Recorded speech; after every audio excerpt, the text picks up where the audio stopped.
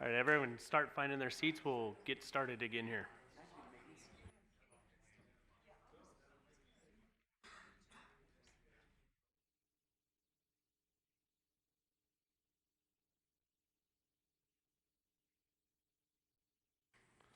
All righty, we'll resume with agenda item number 20, Finance Committee.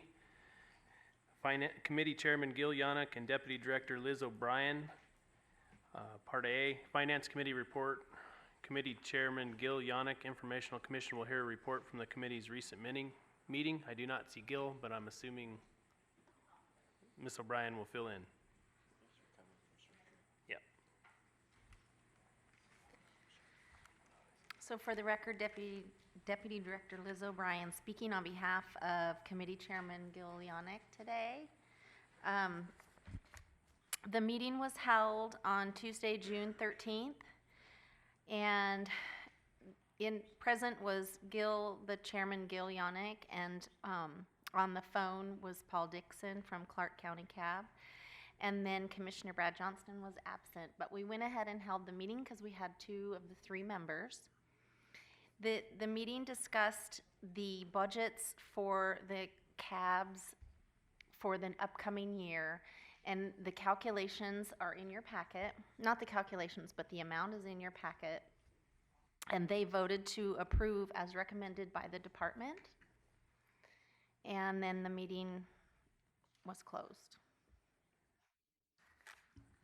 Thank you, Ms. O'Brien. Any comments or questions from the commission?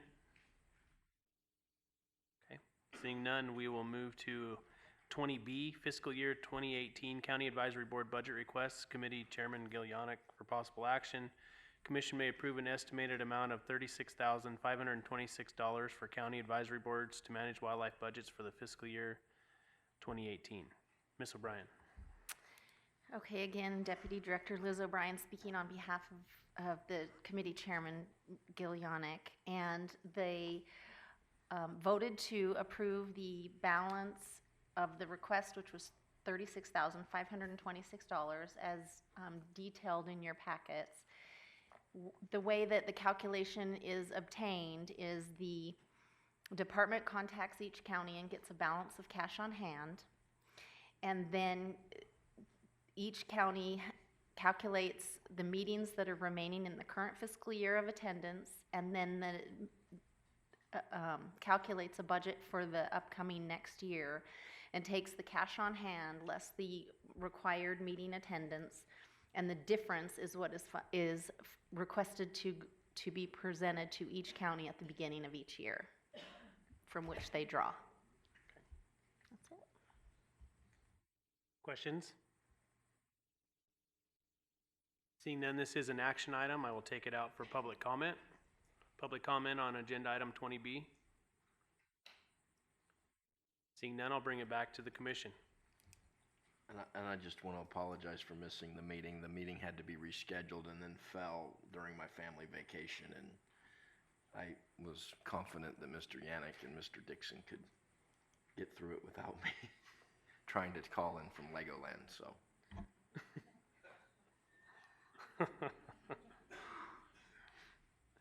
Any questions or comments?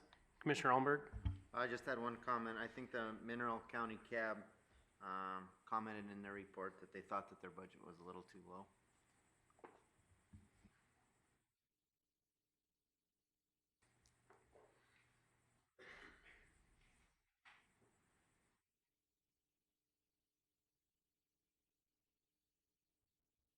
For the record, Deputy Director Liz O'Brien, we didn't get a copy of that. I was not aware. We can certainly amend that for them if that's what's needed. Do we know the amount that they believe they should be at? No, they did not. Maybe my notes are correct. Maybe it was another CAB, but I wrote it down along on the mineral line there that it was just in their notes on their CAB meeting that they hadn't expensed out their last meeting yet, and then they thought that might cause them to be a shortfall. Maybe I'm in error here. Okay, well, maybe approve this today, and what we can do is work with them in hopes that that's the correct cab, and if not, we'll try to find out who that was, and then we'll work with them, and if we need to come back next time to amend that budget, we'll do that.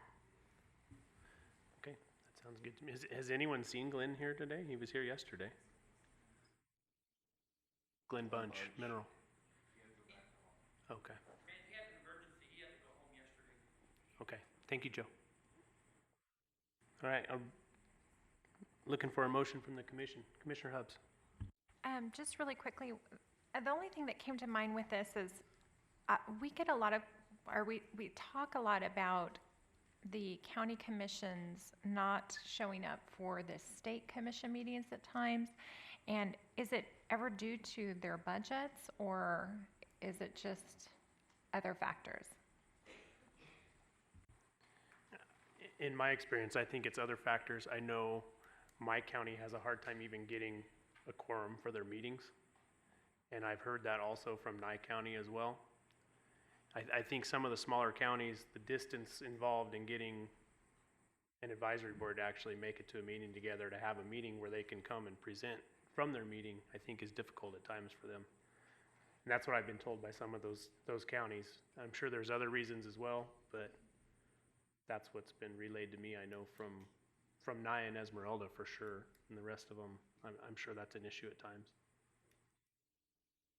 Commissioner Johnston. Just from experience being on the finance committee and then being on a cab and chair of the cabin, once you get your budget put together to plan out for the meetings, you can get the money to cover the travel expenses. So it shouldn't be the situation where lack of funding is preventing the attendance.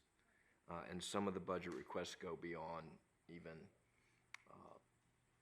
the travel expenses. Some have some administrative costs with someone who prepares the minutes and things of that nature and helps them with the budget. So.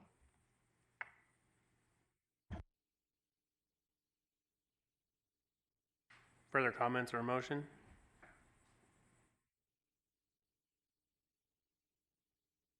I'd move to adopt the fiscal year 2018 cab budget request as presented by the department. Second? And that goes with the understanding that there may be one of the cabs that's going to be coming back to us with a proposed amendment. Okay. I have a motion by Commissioner Johnston, and I believe it was a second by Commissioner Hubbs, to approve the 2018 Indel cab budget requests as presented, with the thought that one of them may be coming back for an amendment to that. Is everyone clear on the motion?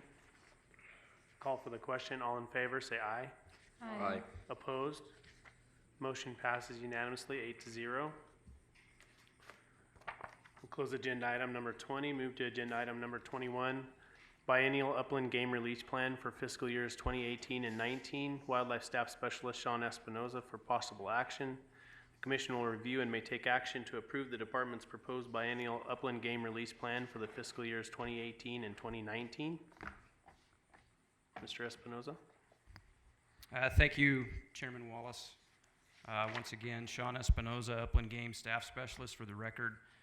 You should have in your support material the Upland Game Release Plan for fiscal years 2018 and 2019. I would just point out that in that release plan is not only what we plan on doing for the next 2 fiscal years, but also a synopsis or summary of what we've done over the last 2 fiscal years in terms of upland game releases and so forth. But I'll just go over really briefly what we plan on doing over the next 2 fiscal years. For mountain quail, we have 3 proposed introductions, 2 in Lincoln County and 1 in White Pine County. 1 augmentation into the Fish Creek Mountains of Lander County, which we had the first release just in March of this year. 2 proposed augmentations in Lincoln County for Rio Grande turkey. Our source stock will likely be Utah for that particular, those 2 particular releases. For Miriam's turkeys, which we're somewhat optimistic about because we have a source now in the state of Washington. 1 proposed introduction into White Pine County on Mount Moriah. 2 proposed augmentations, 1 in the Toyabe Range in Lander County and 1 in the South Ruby Mountains of Elko County.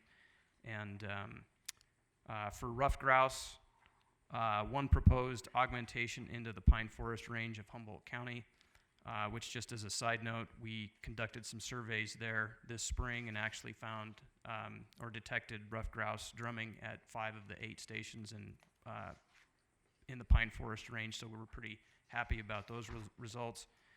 And then for Columbian sharp-tailed grouse, one proposed augmentation into the Bull Run Basin in Elko County, pending further coordination with British Columbia.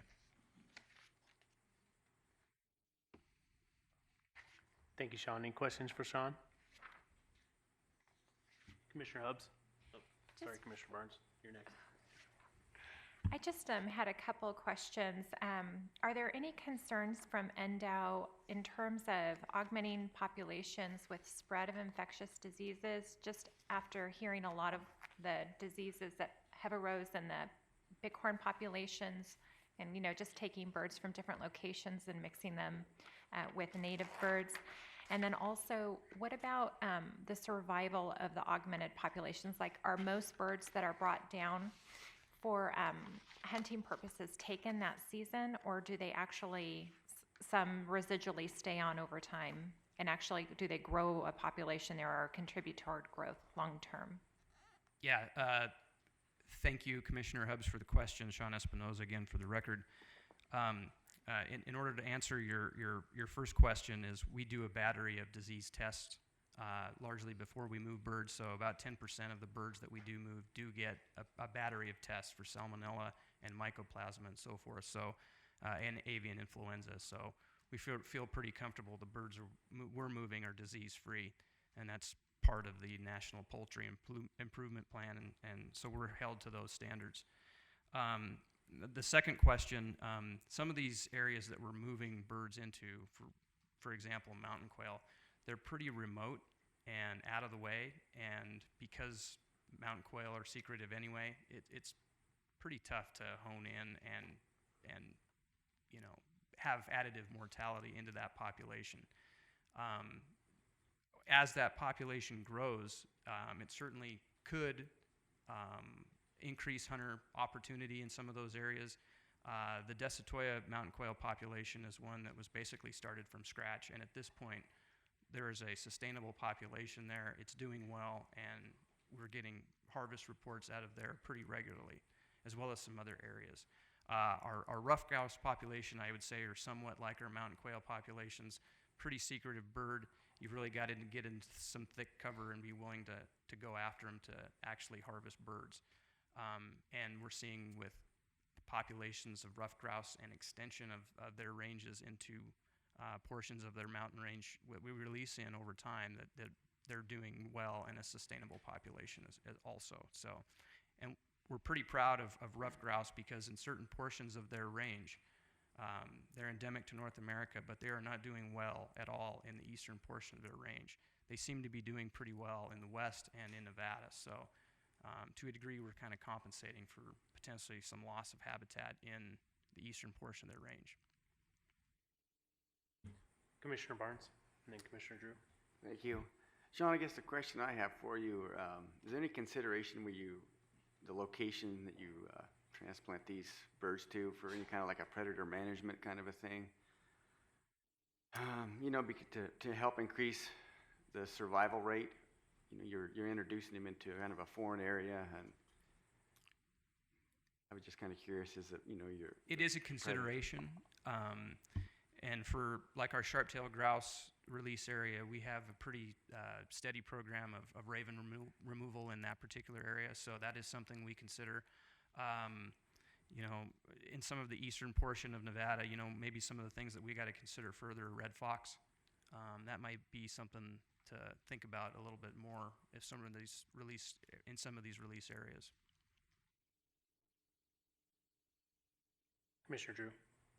Yeah, just maybe on the turkey side, one concern and then just some comments, but with the increased water year, especially in places like Mason Valley and the wildlife area, Sean, do you have a concern with West Nile? I know it's something that's it's certainly on the forefront of my mind. I don't think it's been as big an issue in the last 5 years, but given the amount of water and what we anticipate for mosquitoes in the next couple months, is that a concern? And potentially something that we need to look at in terms of amending this plan a year or two down the road if we do see an impact.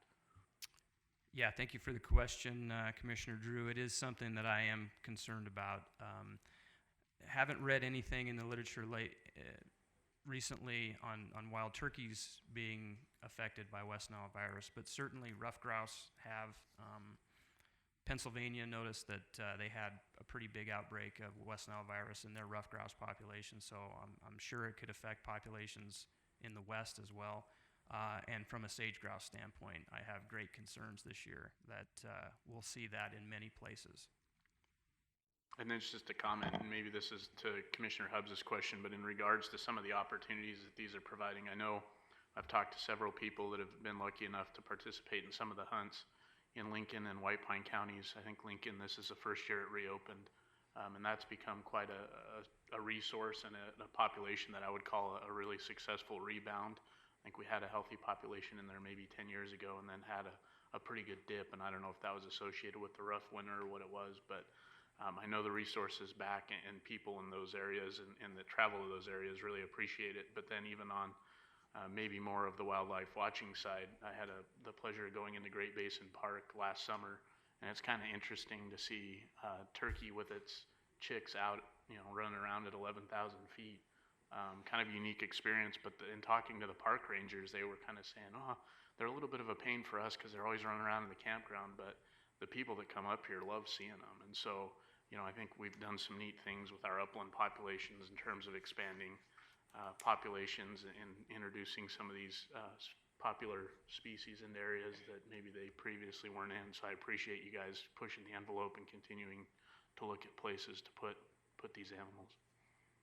Yeah, I don't know how many folks watch CBS News Sunday morning, but those turkeys actually made the news from Great Basin National Park. Director Wasley. Thank you, Chairman Wallace. I just wanted to add some clarification on Commissioner Hubbs' question about the persistence of some of these populations. And so in some instances, we look at our fisheries, for example, we have some waters that have incredibly high angler use days that may be unsuitable for certain species at certain times of the year. But when it is suitable, we establish what we call a put and take type fishery, and we put fish in there, and we realize that it's a limited opportunity, temporally. With these releases, it's not our desire to set up a put and take type scenario. We're either augmenting or reestablishing populations with the intent that they're self-sustaining through time, and we're expanding their distribution, and they will be self-sustaining. So this isn't an effort to simply put animals on the landscape to create opportunity for harvest that we'll have to come back in and continually augment that. The desire is to have self-sustaining populations through these efforts. Commissioner Hubbs. Yeah, thank you for that clarification. That's what I was trying to get at. I thought it was more or less perhaps a put and take, but so I guess our whole goal there is that there's long-term persistence of that population and reestablishment if it can occur. Thank you. Further commission comments? Commissioner Valentine. Mr. Espinosa, thanks for the report again. It's enjoyable to read. I think it was in Eureka that I suggested that we might want to augment some additional populations of turkeys in Lincoln County, and obviously that's come to fruition, and I appreciate the work that you've done and the department's done in getting the turkeys back up and a successful hunting season in place. Thank you. Further commission comments? Seeing none, I'll take it out to public comment on agenda item number 21.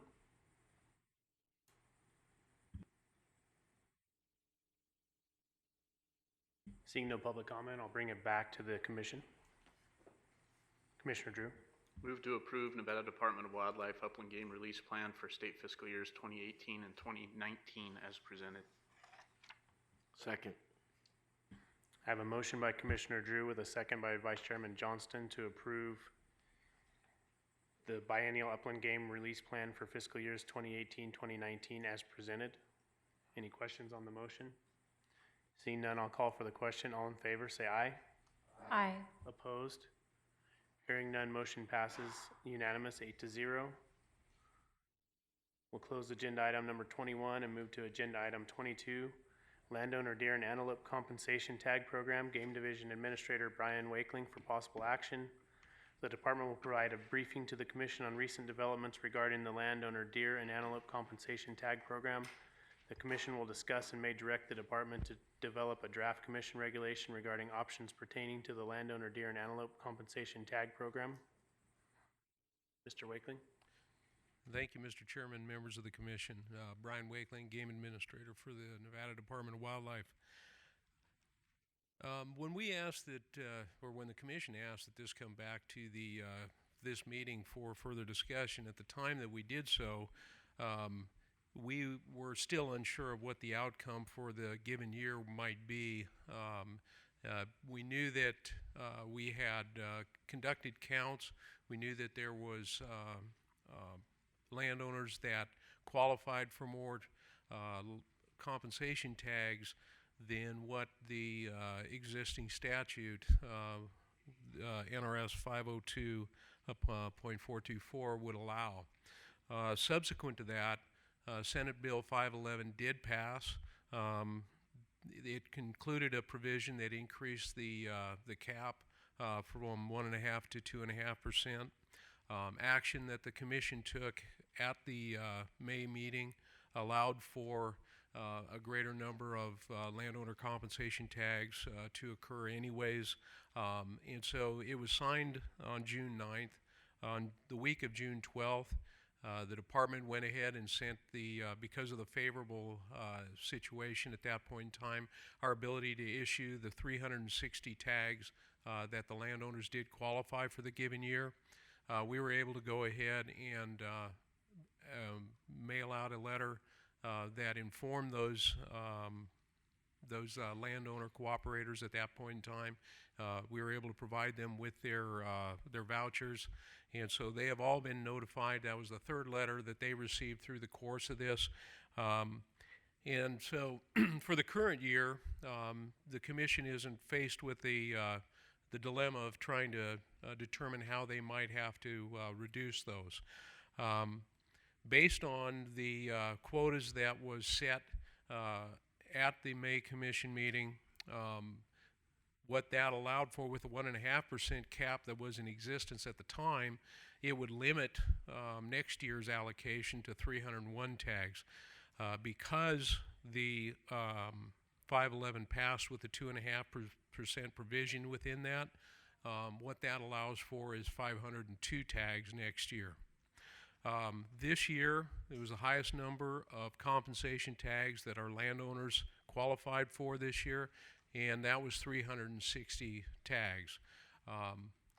Our sense is that we're probably not going to reach 502 next year. We've seen a lot of things happen that are favorable this year. The precipitation that we've encountered, we're optimistic that we'll probably see more favorable conditions that are likely to keep public wildlife off of private lands to a large degree in the subsequent year.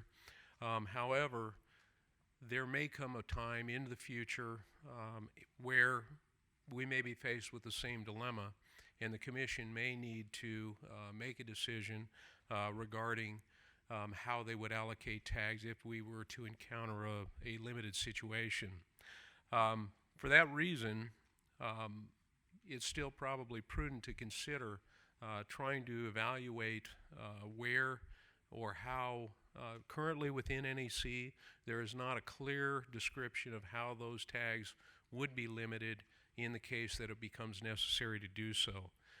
It does allow for the commission to create regulation, and while there is no imminent need for it, it's probably a prudent time, and the department is certainly looking to the commission for direction on how the commission would choose to go forward, trying to evaluate the program we have and look at that into the future.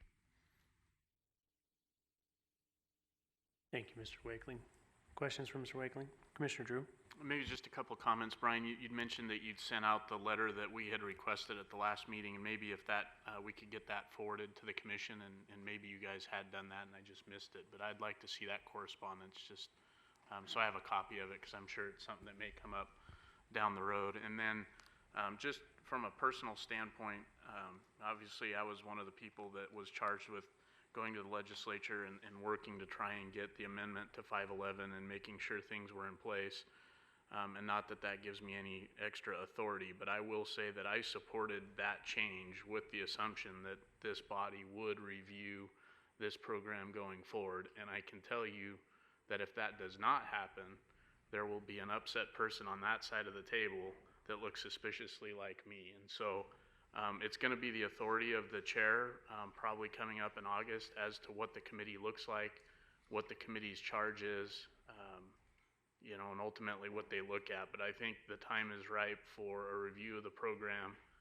I'm not saying that needs to extend into another legislative change, but I think at least looking at what the department does to administer that program, so everyone's up to speed with that, and at least our regulations to make sure that they are adequate enough to address some of the challenges we face this year going forward, is most definitely a prudent thing to do. And I'd be happy to provide some recommendations just based on the discussions we've had here, and also at the legislative venue as well. But I would just highly encourage this board to move forward with some sort of review, and I think the committee process is probably the best way to do that. I would just hate to get back into a crisis management situation like we found ourselves in this year, because to be quite honest, the fact that we were able to resolve that situation the way we did was very, very lucky. And I don't want to bank on luck going forward. So I guess that's my 2 cents on where things should go from here. Spoken like a committee chairman.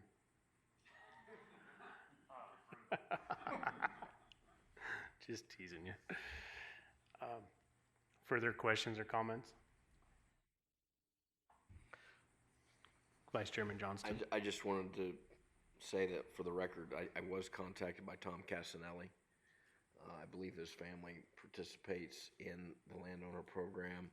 He contacted me and just, I think, was urging caution that perhaps the program is fine as is. There may not be a need for revamping the program, but perhaps maybe more consistency or how it's administered.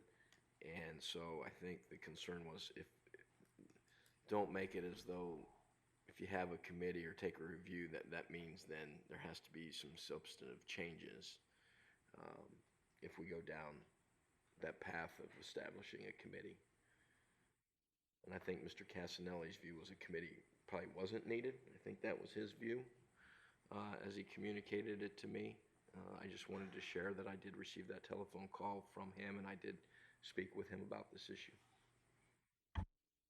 Commissioner Drew. Yeah, just to follow up on that, I talked with Mr. Casanelli as well, and he had the same input to me, and I think I relayed to him what I've relayed here, maybe not as strongly, but ultimately at the end of the day, there may be no need for a change.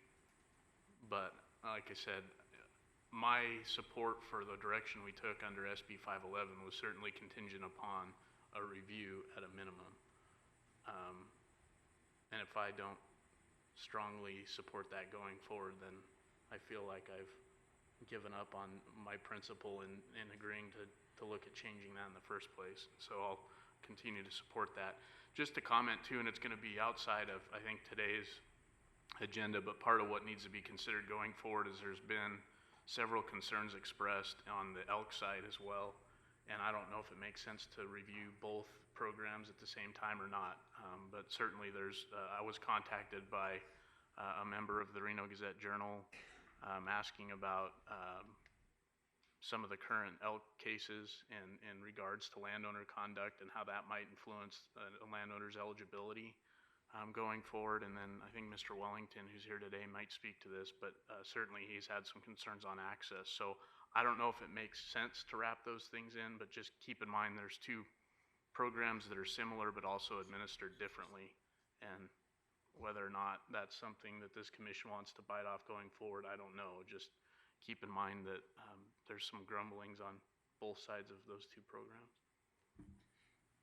And there are a number of landowner tag issues that are on the TAC topic list that the Tag Allocation Application Hunt Committee have really viewed that that's not really an issue for them to tackle, but more so if landowner tags are addressed. So if a committee is created on landowner tag issues, I think there's a number of topics that I would give to that committee chairperson and let them know that, you know, these are things that have come up in the past at TAC committee meetings that really need to be addressed separately in a different forum. Commissioner Barnes. I too spoke to Mr. Casanelli about this issue, and we agreed on it, on a lot of parts on it. But you know, I think we're looking at a program that in the past has worked fairly well. I know periodically over the years, as landowners, we have participated when we needed to. We don't always have a count. It just kind of depends on what the deer are doing and if there's damage. There's been years we've had the numbers, but there hasn't been a lot of damage, so we didn't participate.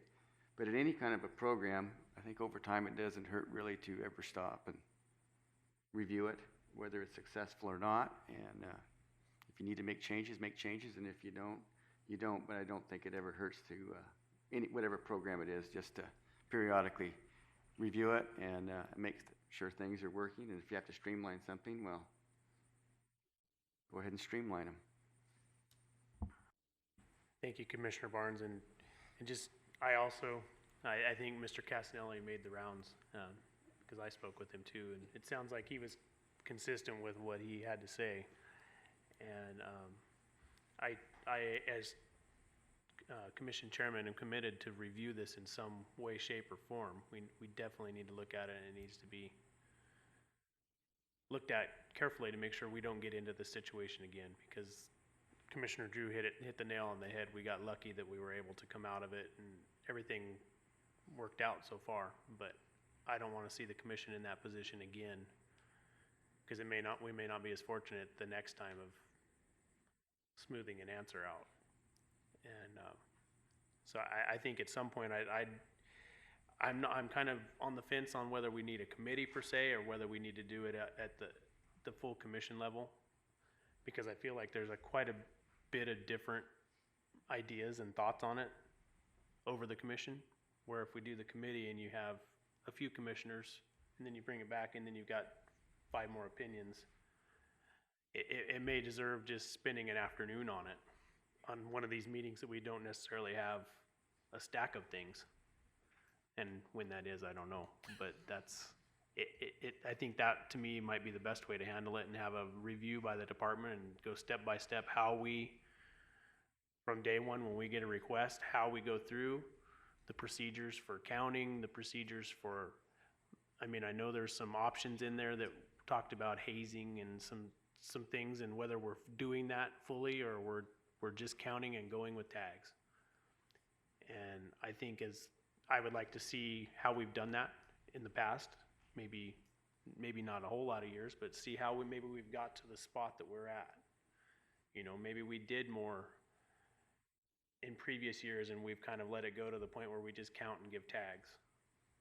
And I know some of the landowners, that's what they want. They want the tags. But at the same time, I'm sure there's landowners out there that would be happy if we could do something different just to keep them off of their property.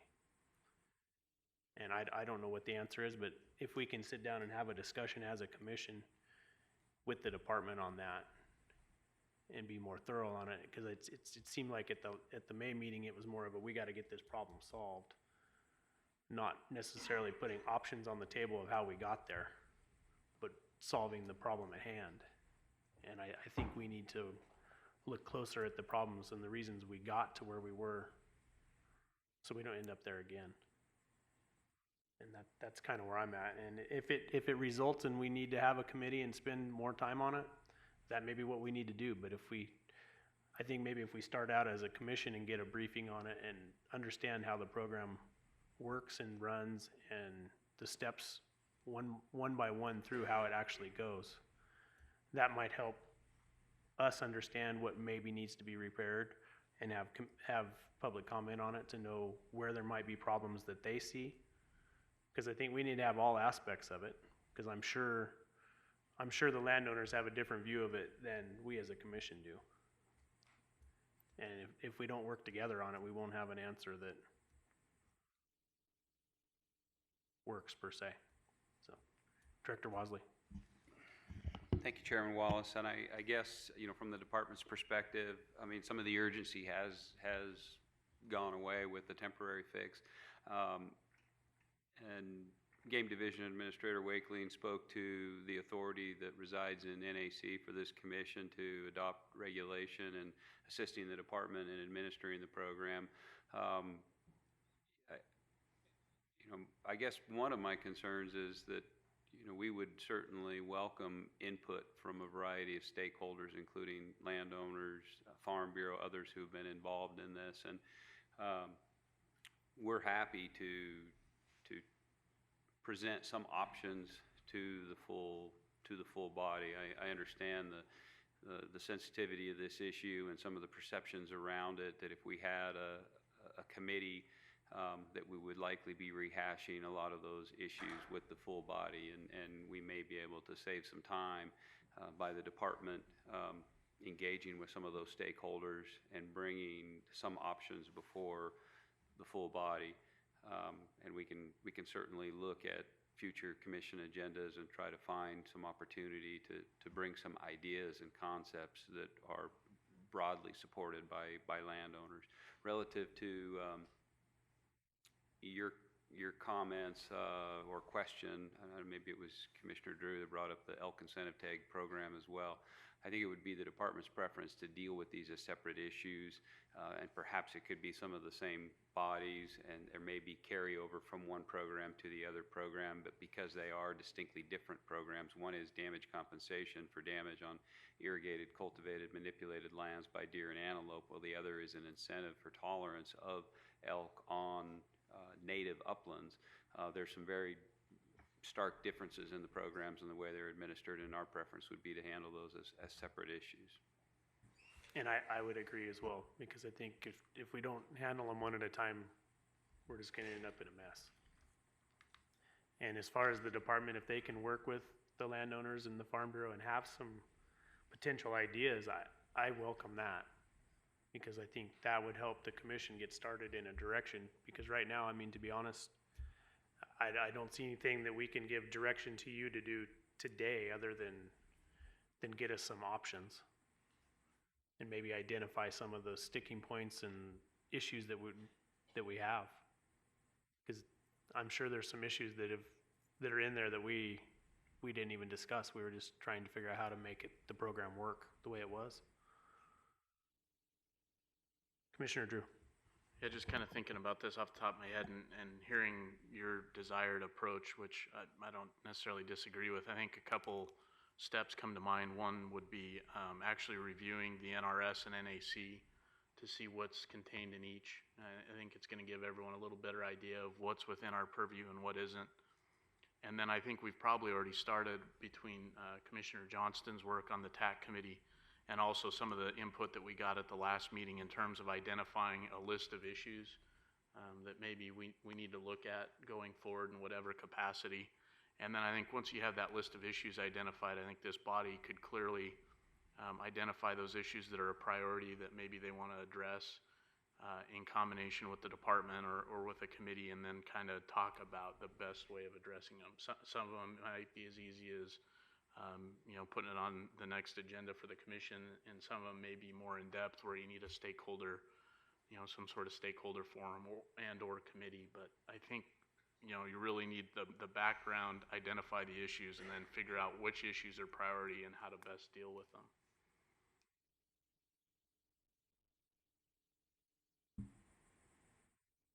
Commissioner McNinch. Thank you, Mr. Chairman.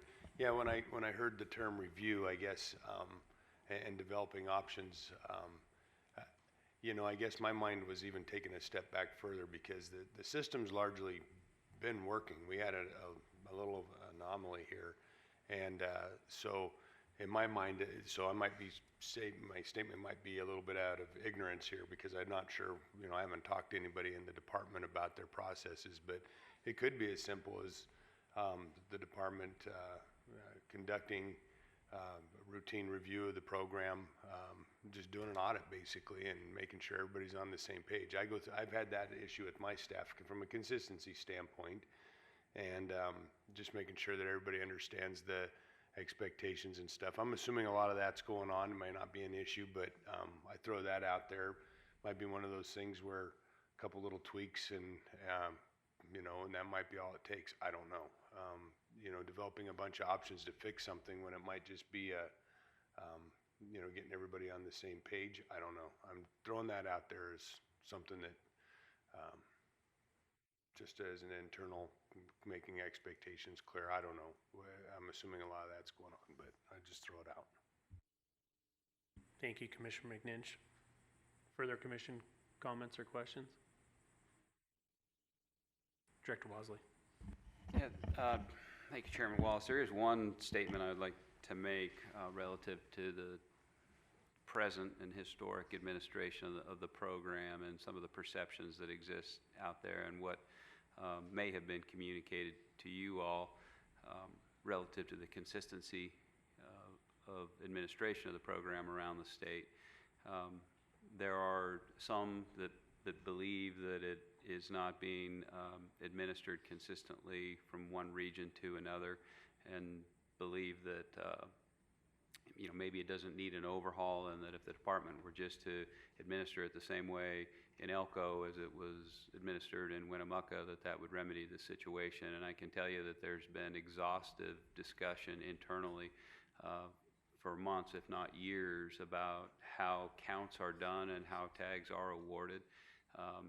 And the overwhelming majority of people who administer this program believe that it is administered consistently, and that the increase in tags and the challenges that we're having with these tags and keeping these tags at or below the previous statutory limit of 1.5% is truly a result of increased participation, increased use of irrigated lands, herd growth in antelope, and is not a result of inconsistent administration of the program. So I just want the record to show that is something that we take very seriously. The notion that biologists in different parts of the state are more lax than biologists in other parts of the state in the way that they provide tags. We've had in-depth discussions and believe that we're administering it as consistently as we can. So I did want to state that on the record. Thank you. Thank you, Director Wasley. Further questions from the commission? I'm going to take it out to public comment. Public comment?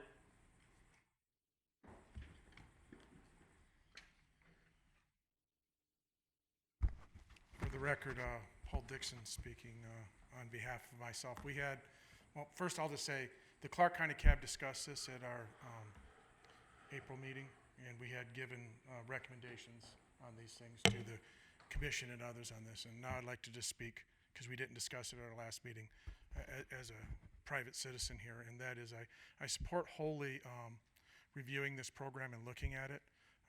When we heard in the May meeting that this is a tolerance program, and the NRS isn't written as a tolerance program.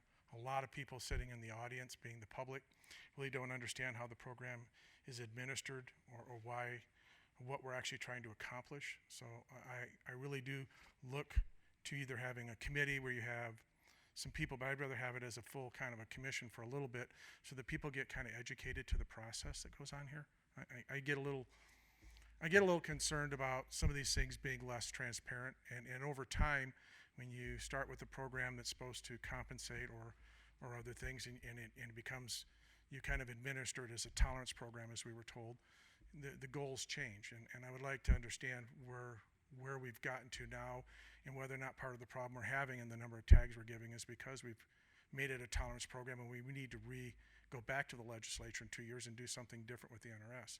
The other question I would have is that tied to a compensation program that we've been talking about deer and antelope. We have an incentive program out there for people. And the incentive program in large part is tied to elk.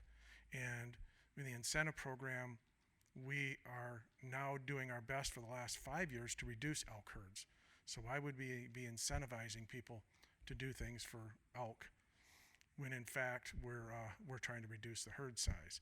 So I think that if we're going to look at compensation, we should also bring in the incentive program and look at both the programs together, even though they're different NRSs working on those, and decide what is the common program. Because I think we need one program, and I think one program could accomplish what we need to do, and then have transparency in that program so everybody understands how it's being administered would be the two big things that I would like to see. And that's kind of my personal comment on this one here, being that I've been working this issue for a little while on other issues, and with Brian and with Jack. Okay, thank you. Thank you, Paul.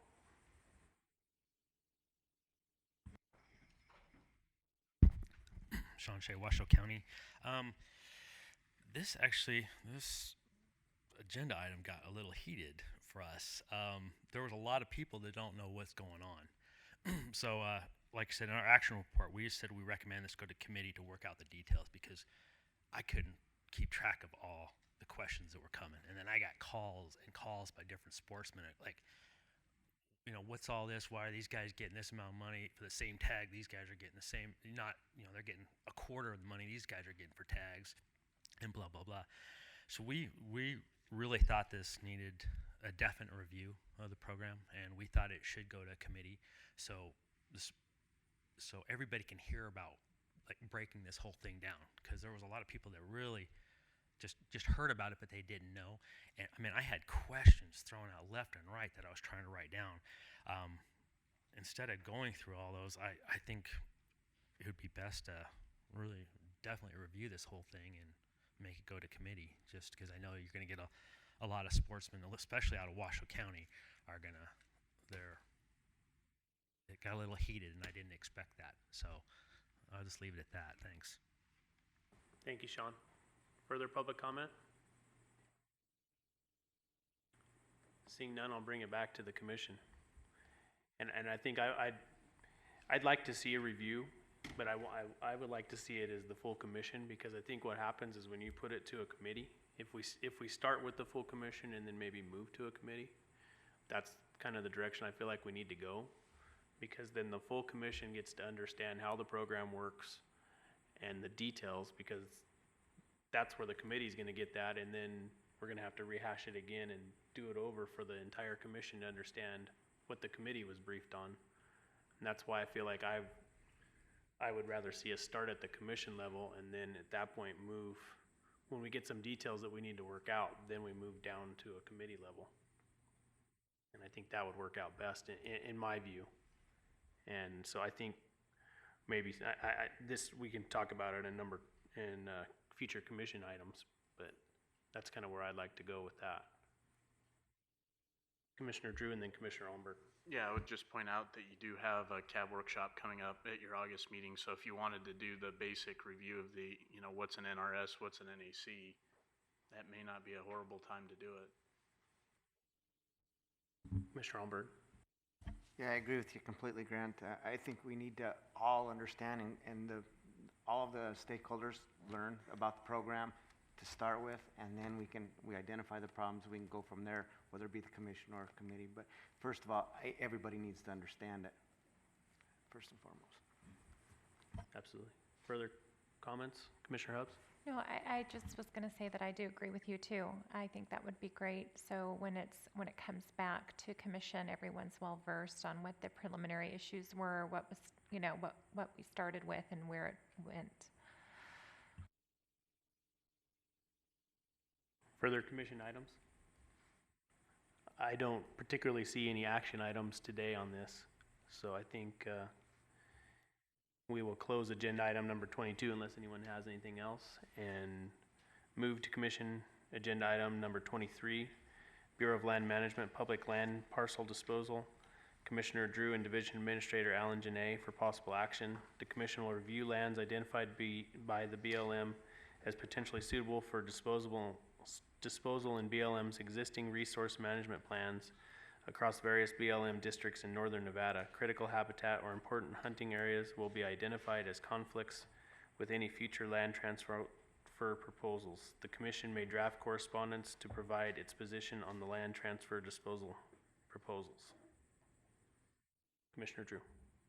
Yeah, this goes back to a letter I think we wrote coming out of the May meeting that was approved in June, and then a subsequent response that we got out of Congressman Amadei's office. So I'm just going to set some of the background with that. So this correspondence came from Jason Reeder, who is the legislative director for Congressman Amadei. And it reads, Jeremy, the congressman read the Nevada Board of Wildlife Commissioners' letter regarding concerns with potential land transfers, and in response has had the BLM supply our office with maps of BLM lands identified as potentially suitable for disposal in their existing RMPs, which is a resource management plan, in the various BLM districts for northern Nevada. Please see attached. I think Mr. Janea will go over those maps. It's the congressman's request to have the Nevada Board of Wildlife Commissioners identify areas of critical hunting habitat or hunting areas within those areas that the board would be opposed to being transferred. Additionally, he would like the board to identify any concerns within the BLM's checkerboard land along I-80. Thank you, and please let me know if you have any questions. So what I committed to Mr. Reeder, and I think I reported last meeting, is that we would develop at least some initial maps based on that request, present those to the commission, and then my hope is we can provide the department with some direction in terms of how we go forward with this. So I'm going to ask Chief Janea to go through what they did on the initial set of mapping. I would just say that in my opinion, I would be comfortable sending the draft maps back to Mr. Reeder to see if he has any suggested updates. And then also maybe develop a draft cover letter, which I'm willing to do for your consideration in August, so that we can provide all the final mappings and kind of our cover letter going back. I did get a correspondence from Backcountry Hunters and Anglers today, which I'll forward to Suzanne for distribution to the rest of the board members. But essentially, I think there's a concern and some confusion in terms of what was being proposed by Congressman Amadei when we talked about this in May, which was kind of a statewide Nevada lands bill that encompassed something like 7.2 million acres, and what we wrote our letter specifically on. And I think what he's scaled back to, I think he's been pretty public in saying we're not going to look at a whole scale, statewide lands bill, but I think he's always looked towards those areas that have been defined by the BLM as suitable for disposal. Some of them have been on the books for 20 plus years, and the communities have asked for those transfers to occur, and whether it's administrative issues or other issues, that hasn't happened. And so I'm glad that there's an open dialogue with the congressman. I think people are reading into this that maybe he's taking another swipe or run at some sort of transfer in another format or forum. And I look at it maybe more optimistically that he's really looking for input from this board and the department in terms of where some of those concerns might lie with lands that are already earmarked for disposal. So I would certainly encourage the board to move forward in a proactive manner and engage the congressman and make sure he is clear on where our concerns are, both from a wildlife habitat standpoint, but also from a public and sportsman's access standpoint. So with that, Alan, maybe I'll turn it over to you so you can give us a sense of the mapping that was provided to us from the congressman's office, and then how you guys have at least initially tried to address that request. Good deal, thank you. For the record, Alan Janea, Habitat Division Administrator. If you don't mind, I'm going to run it from here just because if you want to dive into any of the maps, I can possibly try to do it from here. As Jeremy referenced, there were the maps supplied to Congressman Amadei's office from BLM. What those maps were past RMP designations of lands identified for disposal within those resource management plans. The initial maps look like this one here. They represented land ownership, and if you can see, and I know this is tough, I wish there was a bigger screen, but these pink areas kind of around that I-80 corridor south of. You can see them, some of the maps that we represent later do a better job of showing that. But when we look at the dates of the RMPs, there are some that are under draft right now, like the Carson City BLM district. It's proposed to be finalized in the summer or spring of 18. Winnemucca did just recently complete theirs in May of 2015.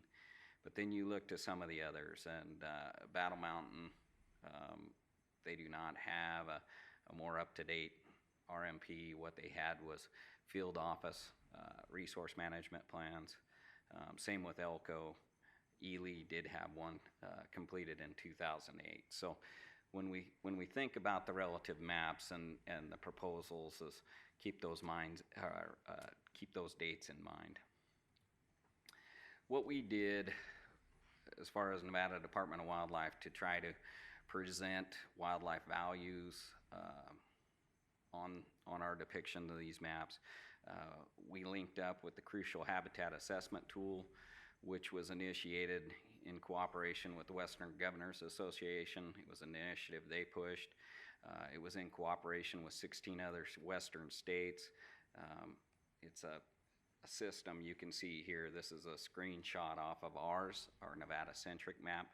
But if you actually go to the WAFWA site, the Western Association of Fish and Wildlife Agencies site, you can see the bordering states. And it was a mapping attempt to try to represent wildlife and habitat values across the western states so that large-scale projects, power and transmission line type of projects can quickly evaluate wildlife values interstate to plan projects. And if you look to the left-hand side of this screenshot, you'll see that there's three of the different factors that are built into the crucial or into the chat.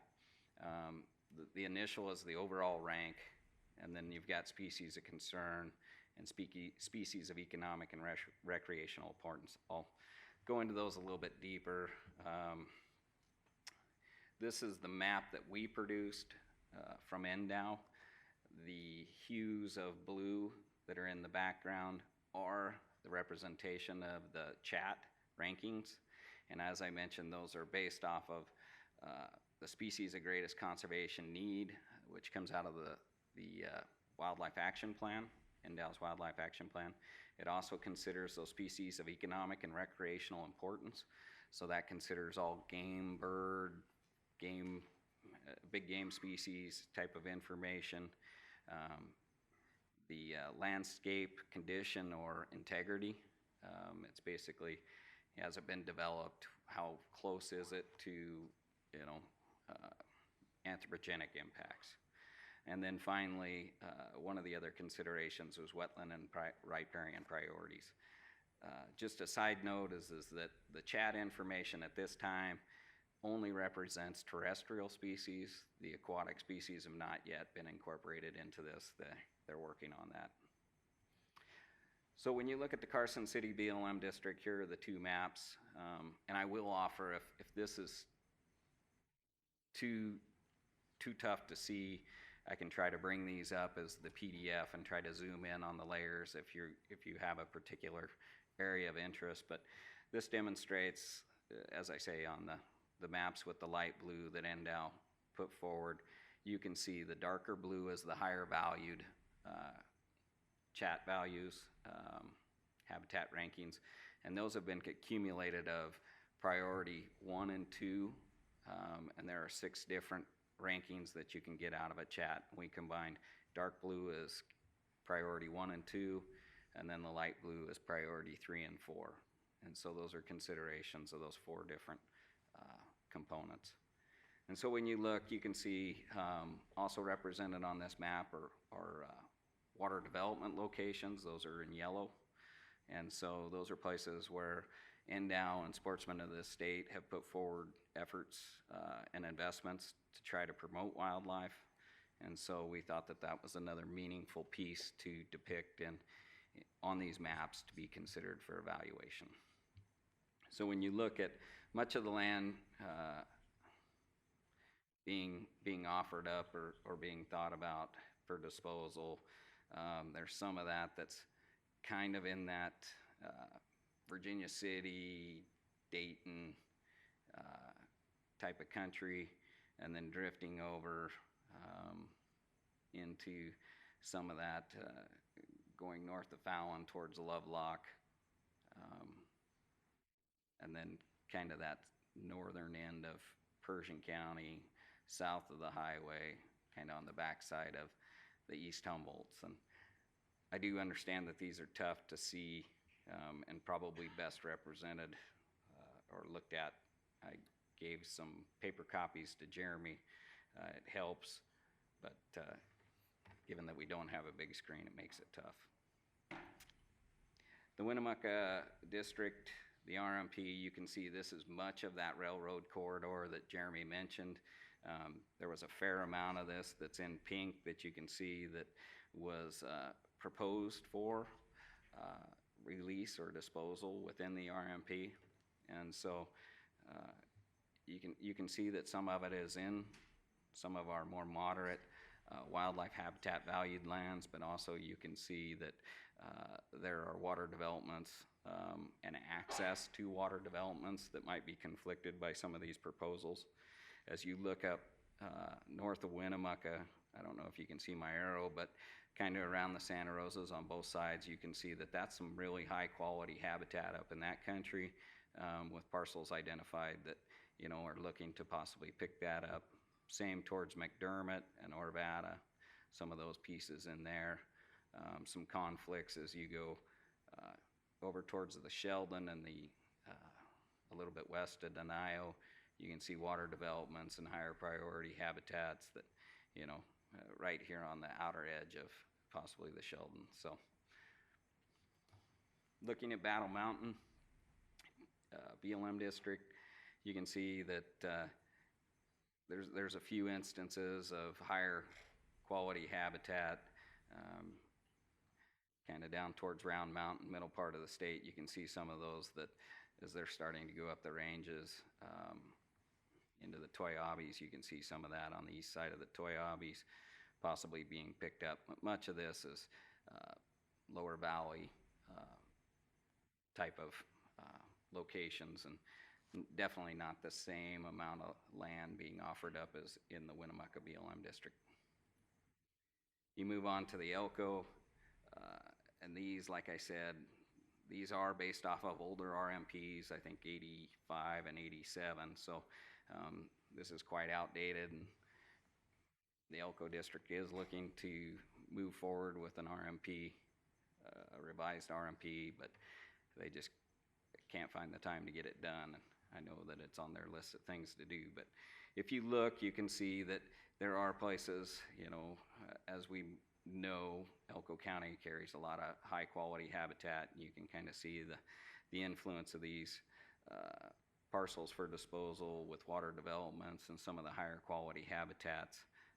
Again, most of it's tracking around that I-80 corridor.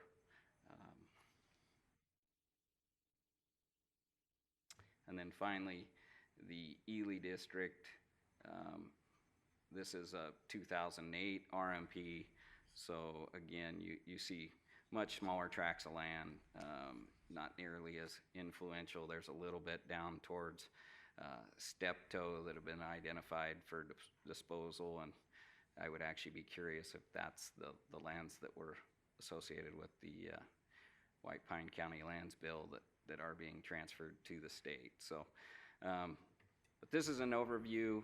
It's a very cursory evaluation. We got these with kind of a short amount of time to turn them around, and this was a good way to put the crucial habitat assessment tool to work to very quickly assess these with good confidence and multi data sets. So with that, if anybody wants, I can definitely zoom in on any maps that they would like. I can try to answer any questions, but if anybody has any further ideas on things that we might like to incorporate into those maps, I'd be open to that as well. Thank you. Commissioner Drew? Alan, again, I appreciate you and your staff putting this together on kind of a short term in terms of trying to get those shape files out of the BLM. And I think what it'll allow us to do is show that the congressmen that we're, putting some things together and doing our due diligence. But I also think it provides an opportunity to get him some good feedback back in terms of, I can't speak for what he's thinking in terms of future legislation, but I think us being part of that conversation is going to be crucial. So I think we've got a good start. The only comment I would make is maybe trying to figure out a way on the chat map side to better delineate some of those checkerboard areas. And I don't know if that's just simply kind of an outline as to how we do that. But just to give folks a sense of where I'm thinking of going before we open it up to other commission and public input is that I would like to see the draft mapping provided to the Congressman's office for any initial feedback from him, as well as to the county advisory boards for review. And Alan, I'm assuming those PDFs could be uploaded to the computer as support material, and that they'd be able to zoom in and out pretty well between now and the August meeting. Is that safe to say? Absolutely. Okay. We should be able to do that, no problem. And I did have our GIS staff produce that at a pretty high resolution PDF, so people should be able to zoom in and out on those fairly easy. Okay. And then in terms of moving forward, once we get to August, since I got us into this fix, I would at least volunteer to develop some sort of cover letter for your consideration at the August meeting and work with NDOW on any map updates. And then I would request an agenda item at the August meeting to finalize the cover letter and maps, and then incorporate any public input received. And that could be as simple as forwarding any CAB letters, CAB inputs, individual letters like the one we received from BHA, just simply as an attachment to our cover letter, and forward that whole package on at this point. So that's kind of where I'm at with this. It's been a little bit of a challenge this time, just trying to get the maps together and give us a starting point, but that's kind of what I'm thinking. Thank you, Commissioner Drew. Questions or comments from the commission? Commissioner Johnston? Just a question, I guess. So then the letter to the congressman would be, we've taken what the BLM has identified as land potentially suitable for disposal. We've overlaid that on the chat, and now we're seeking further public input as to possible disposal of lands in light of that overlay. Is that what the idea is? Yeah, I think I would envision a couple things. One, identifying those areas that give us some concern, and I think obviously where the chat is overlaid, priority 1 and 2, and then obviously 3 and 4, or with water developments. Access is a whole other ball of wax, and I think we just need to point out that this is a course level exercise, and there needs to be some more specific, detailed process going forward in terms of some of those areas, and I think that's consistent with what we said in our letter from June. And then again, whatever feedback we get, I think forwarding that directly onto the congressman is going to be a good thing for him. And then are we including other members of the congressional delegation? Because I don't know exactly where the boundary is now. I know where it sits in Lyon County, because we're not, southern half of our county is not in Congressman Amadei's district. And when I look at some of these maps that have been developed, they're actually outside of his district, at least in part. And I think that boundary's somewhere across the middle of the state, but I don't know exactly where. And because we're in the district that comes down here all the way down to North Las Vegas with Congressman Cahoon. So I think that's a great point. I think our letter in May was CC'd to the entire congressional delegation as well as the governor's office, if I'm not mistaken. And I think staying consistent with that CC list is probably a good thing. Because it will be the entire delegation that works on whatever subsequent legislation comes forward. So I think making sure we engage all of those representatives in both Congress and the Senate makes a lot of sense. Commissioner Hubbs? I was just trying to go back to the original letter that we sent. I did read over that, and just from rote memory, and I could be wrong since I think was that Brad who drafted it, or was it Jeremy? I'm trying to think of Jeremy, okay. I know at the commission meeting, we talked about also mentioning sensitive species, and I know our map it appears to be picking that up, but the original letter seemed to be not mention that so much. It was really focused on the game animals, or game wildlife. And I think in the cover letter, if I'm correct, perhaps we just also speak once again to sensitive species. I mean, because definitely the map you used is picking up the data, and that's what's important too. But I don't remember the first letter really highlighting that. Great question. I think Commissioner Hubbs, we couched a lot of that as critical wildlife habitat. But I think what we would send along with the maps is the description of what the chat includes, and make sure that they understand that all those components are important to us, and what they're looking at is a compilation of all those different resources, whether it's sensitive wildlife species, the species of economic value, I think, as it's couched in the chat, or critical habitat. So yeah, I agree. I think sending that background data will help clarify a lot of that too. Questions or comments from the commission before I take it to public comment? Seeing none, Commissioner Valentine. In looking at those maps, I always thought or understood that what we were looking at was the checkerboard along the I-80 corridor. And those maps indicate to me that we're looking at substantial land throughout the northern part of the state. And it's surprising to me.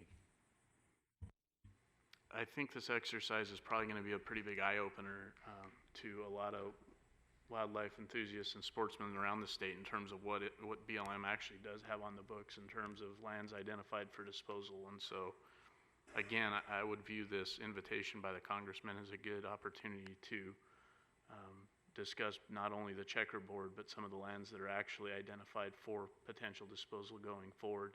And hopefully it encourages more engagement, because I think what I've seen in lands bills, county lands bills processes in the past, is the ones that have the most, the highest level of engagement and discussion are the ones that tend to come out the best in the end. And so I would view this, I think some people are viewing this as some sort of imminent action is coming, and I think this is going to be the start of probably a prolonged and more detailed process. And whether that unfolds on a county by county basis or a BLM by BLM district basis, I don't know. But I think it's going to provide us an opportunity to shed some transparency on the process and what's being considered both administratively through the land management agencies and some of the challenges we already face with the land ownership patterns in that checkerboard area.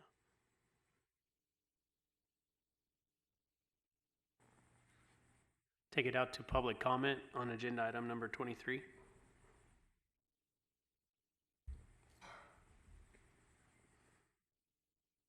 Thank you, Commissioners. I'm Patrick Donnelly with the Center for Biological Diversity. It's obviously not within your domain, but just want to say for the record, we strongly support keeping public lands in public hands and oppose large-scale transfers of public lands into private hands. That's obviously not within your domain, but NDOW really does have an important, the Commission does have an important role to play in this process. Your voice is highly respected, and certainly our congressional delegation will listen to your recommendations. I wanted to add a clarifying point because I didn't hear it brought up. You're looking at the whole state, and as was pointed out, that's a coarse exercise, but there is a bill in front of Congress right now for Pershing County. The Pershing County bill was introduced a few weeks ago by Congressman Amadei. It has support of the entire congressional delegation. It's one of these classic Nevada compromise bills where there's wilderness and wilderness study area release and public lands transfer. It actually proposes transferring 150,000 acres, which is a very substantial amount of land going into private hands. It is within the checkerboard, primarily, along I-80 in Pershing County, but there is a separate title in the bill that is a conveyance section. And it is not a small amount of land. We're talking about perhaps a dozen or 18 entire sections, which would be conveyed in principle to adjacent mine owners and holders. So this would not be a public auction, this would be a straight conveyance.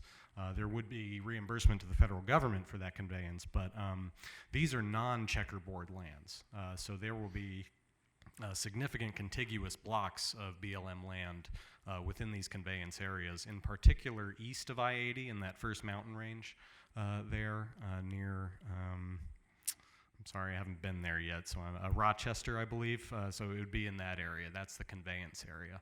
I bring all this up to encourage you to very specifically look at those lands in Pershing County.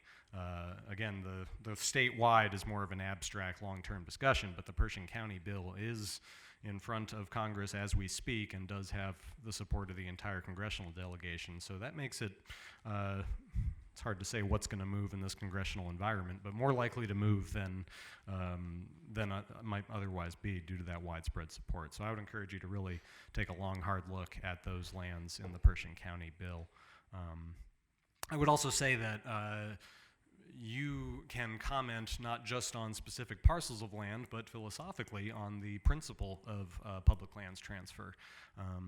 You know, we don't oppose public lands transfer within cities, even immediately adjacent to communities in Nevada, given the patterns of land tenure here.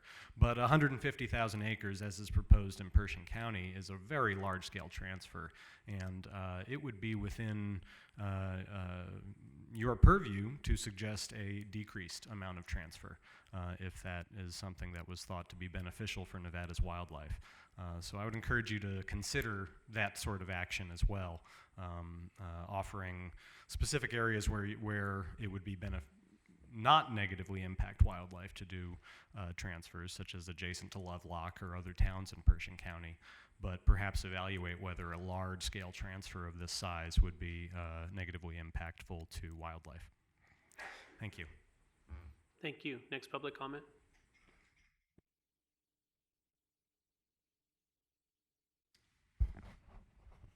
Yes.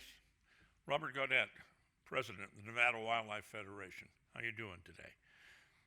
We are totally opposed to any major land transfer or disposal. What does the word disposal mean?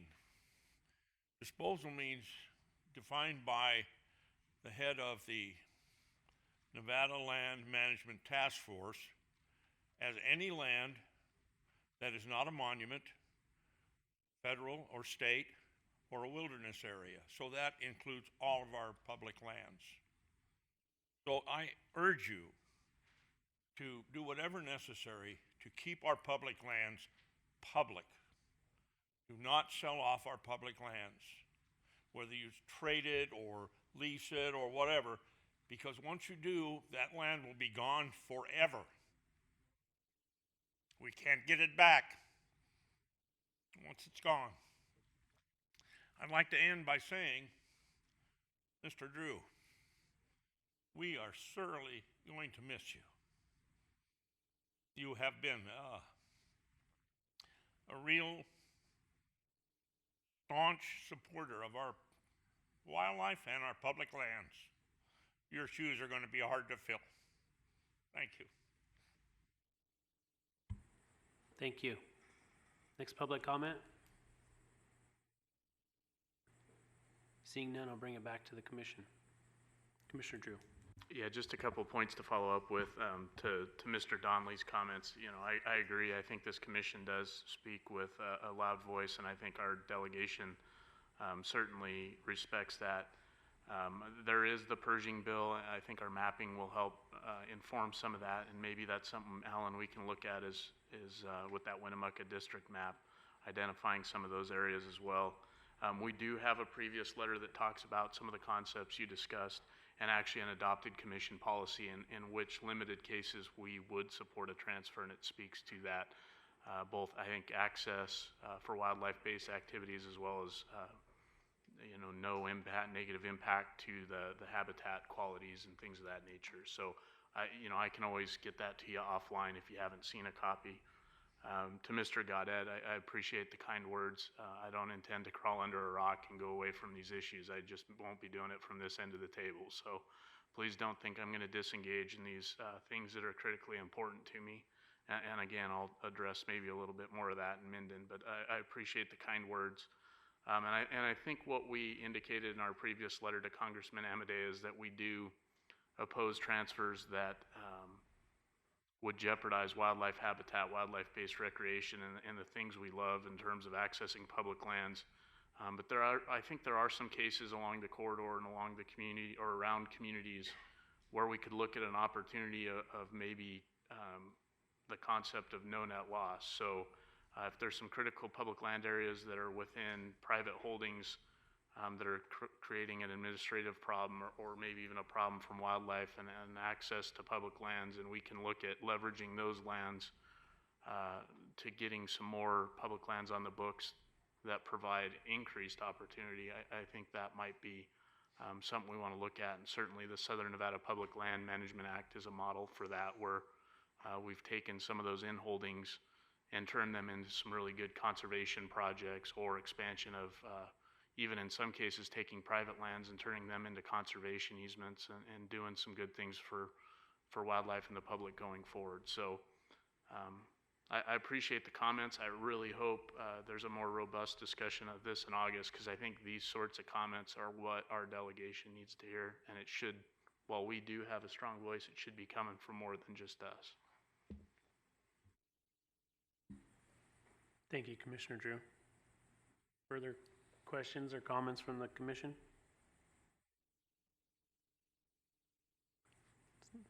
Commissioner Drew?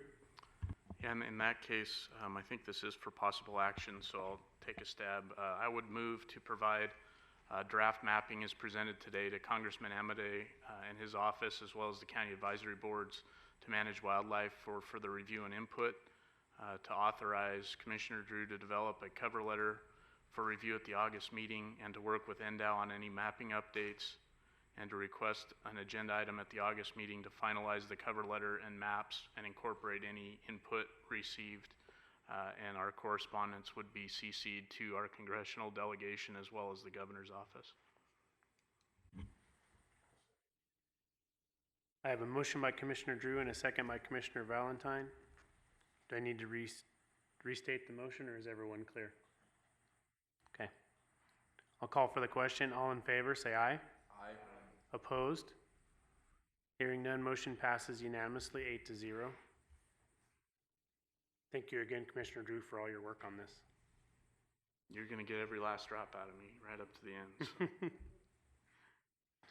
We'll close agenda item number 23, move to agenda item 24, future commission meetings and commission committee assignments, Secretary Wasley and Chairman Wallace for possible action. The next commission meeting is scheduled for August 11th and 12th in Minden, with time allocated for a commission and county advisory board to manage wildlife workshop. The commission will review and discuss potential agenda items for that meeting. The commission may change the time and meeting location at this time. The chairman may designate and adjust committee assignments as necessary at this meeting. Secretary Wasley. Thank you, Chairman Wallace. I have a pretty extensive list of items for that meeting, as you stated, August 11th and 12th. Presently scheduled for Minden. It's my understanding we're still trying to secure a meeting location. Orders of business include election of officers, commission recognition of outgoing Commissioner Drew. We'll also have a regulation update, discuss the petition process regulation. We'll have commission committee reports, I believe, from the TAC, as well as the Administrative Procedures Committee. We'll have some commission policies from the Administrative Procedures Committee to workshop. We'll have WAFA conference reports from myself and I believe Commissioner McNitch. Department project highlights as a regularly occurring item that we've had. A couple of the items that we've discussed under possible consideration would include an overview of the Tahoe EIP program. I don't know if the commission or the CABs are aware of the program. and the department's involvement in that program. And then also due to the location in Minden, we may be able to provide some exposure to our air operations, which are centered out of Minden. Maybe even a possibility for a short field trip, perhaps a long lunch or something along those lines. We'll have a 2017 wildfire season update on that agenda. We also have a cab workshop scheduled. We've discussed a couple items here today for possibility of taking a little deeper dive during that cab workshop. One of the things that came up today was the landowner damage compensation programs or the elk incentive tag programs. We can certainly add those. We also discussed internally about population survey and inventory, population modeling. We discussed those briefly at the May Commission meeting prior to setting quotas, but if there's a desire to take a deeper dive into some of those methods, we're happy to do that. At this meeting, I also heard an expressed desire to perhaps revisit the shed antler regulation, possibly a trail cam, revisitation of the trail cam reg, commercial collection of reptiles, possible directions there. We would also be bringing our AIS plan back to this board for potential approval. There was also a request for the department to possibly discuss the signage requirements relative to the requirements that are set forth in Senate Bill 364 for trapping. We could bring some draft language and potential plans forward for the Commission's information at that meeting. And then the two final items I have, one is relative to the landowner damage and elk incentive programs. A couple different ideas were discussed here. The department would be happy to prepare a roadmap, what that process may look like, a full discussion, identification of issues, a list of issues. We could present the issues as identified by the department to the Commission, a review of NRS, NAC, and then perhaps identify some of those issues and whether a committee would be warranted to dive into some of those issues. And then lastly, finalization of a cover letter relative to the public land disposal. Those are the items that I've compiled. I think you've covered quite a list there of, sounds like a 4 or 5 day meeting. Deputy Director Rob. This agenda item says future commission meetings, plural. And I want to put it on everybody's radar that with the passage of SB 511 and the NACs that go along with having to update everything that just happened in 511 for license simplification, and the timing that we want to roll this stuff out, be ready for next license purchase year with 365 license and a bunch of stuff that came about, the changes in the stamps and everything. We don't know if it's going to fall into being able to do in the regularly scheduled commission meetings. We have to wait for timing of, we're pushing staff, Liz and I are working with staff to try to get our NACs to a place that we can take them to Carson City and go through the LCB process. Then we have to get it agendized, have a meeting. We're thinking maybe a Friday afternoon late and maybe a Saturday couple-hour meeting, telephonic, not in person, to be able to change these regulations that coincide with SB 511. And then with the timing, we have to get it to the Legislative Commission and get it approved. And we just don't know if our current commission schedule will accommodate that, knowing we have to go to the Legislative Commission and get it approved. So when we know more back from Legislative Commission on our draft language that we're trying to get down there right now, we will start working with the chairman, trying to determine a date that may work for everybody. But when it said future commission meetings, I just wanted to put it out there that we're probably going to have to call a special meeting to make this work coming next year. Thank you, Deputy Director. Definitely you have any idea roundabout time where that may be? Is that gonna be September? It very well could fall in the September Early September. timeframe, depending on what legislative commission gets back to us. And that's our biggest hurdle is, we're looking at 501, 502, 503, 504, 486. And we're trying to do it in a manner that, we've seen it before. You try too many things in one chunk, and one thing holds up a lot of good process. So we're trying to break it out into reasonable sections that if something does get held up, it doesn't hold up the whole thing. So we're trying to work through the process, trying to figure out the best way to go. But a lot of it is contingent upon how long it takes the legislative commission to get us our information back. And the legislative commission has pushed fairly hard during the session, and they have a lot of comp time, a lot of vacation scheduled. So their availability to work on it is unknown at this point. So normal process tells us when it should be back, but right now coming out of the session, we're on normal process. So we're going to have to work with them and be diligent on it. And you know, that could have an impact on some committees like the TAC committee and some other committees that want to review regulation. We might want to ask you guys to hold off on some of that so we can get through this stuff, because we do have some stuff that we consider time sensitive, because we do want to roll out the $40 hunting license, $40 fishing license, $75 combination license with no stamps, with all the privileges included. You know, we have a lot of good things going, but we want to be able to roll it out next year. And if we miss just a little bit, we're not going to be able to roll it out for the next license year.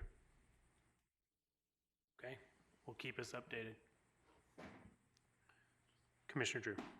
Yeah, just a couple of quick items. One, I have no problem helping finding a meeting venue, Director Wasley, so I'd be glad to help with that. I think we talked about at the last CAB workshop, making sure that the county advisory boards knew that it was open to all CAB members. I don't know if we need to reiterate that in some form or fashion, but I think that's something that I recall coming out of the one last year. And then Director Wasley hit on it in terms of, you know, trying to get a quick look at, if nothing else, at the air ops at the Minden hangar. I know last year there was a big heritage request on the new ship, and I think that would be something important to see while you're in Minden, because it is pretty impressive with how that works. And again, there will be a fun event at some point during the weekend, and I'll get folks information out on putting together some sort of barbecue for that'll be family friendly and open to anyone who wants to attend. So that information will be forthcoming. Thank you, Commissioner Drew. And I too think that the air operations would be if we could make that work, that would be, since we're in the area, that would be nice. But otherwise, I think you covered much of the discussion for potential agenda items. Does any other commissioners have any agenda items or potential? Commissioner Hubbs. I just had one question. You know, when we were talking about the Pershing County land transfer, I just wanted to clarify, Commissioner Drew said that we have already sent them a letter regarding that matter, but in terms of our submittal, we have not. I don't believe the board has ever commented specifically on the Pershing County lands bill. I believe the department has provided some correspondence. That's something that came up in the last Congress. I think what we're providing will be pertinent to that, and we can certainly look at the map that pertains to that lands bill, and then working, I guess, on the agenda item and support material, we can identify that in a proper forum or fashion. Okay. Anything further from the commissioner? I'll take it out to public comment. This is an action item. I'll take it out to public comment on agenda item number 24. Seeing none, I'll bring it back to the commission. I don't feel there was anything that there's an pertinent action on for this item. So, barring any other comments from the commission, we will close agenda item number 24. Move to agenda item number 25, public comment period. Persons wishing to speak are requested to complete a speaker's card and present it to the recording secretary. The public comment will be limited to 3 minutes. No action can be taken by the commission at this time. Any item requiring commission action may be scheduled on a future commission agenda. Public comment.